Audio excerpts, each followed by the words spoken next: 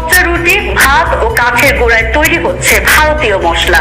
মশলার জন্য সারা বিশ্বে বিখ্যাত ভারত। এটি তৈরি হয় সুস্বাদু সব খাবার। তবে এসব মশলা যেভাবে তৈরি হয় তা জানলে চমকে উঠবে যে কেউ। অভিযোগ উঠেছে দেশটির কিছু জায়গায় পচা রুটি, ভাত ও কাঠের গোড়ায় তৈরি হচ্ছে ভেজাল মশলা, যা মানব শরীরের জন্য ক্ষতিকর। মাদ্রাজ কারি পাউডার, শঙ্কর মশলা পাউডার, কারি পাউডার সহ একাধিক মশলা নিয়ে এমন অভিযোগ উঠেছে। এ কারণে হংকং ও সিঙ্গাপুরে ভারতীয় দুটি কোম্পানির কিছু মশলা নিষিদ্ধ হয়েছে।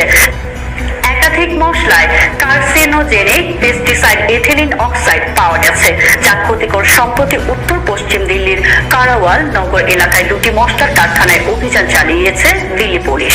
সেখান থেকে তারা 15 টন নকল ধনিয়া, হলুদ ও অন্যান্য মশলা জব্দ করেছে। জানা গেছে এই নকল মশলাগুলো পচা পাতা, চাল, নষ্ট বাজরা, কাঠের ধুলা, মরিচের বোটা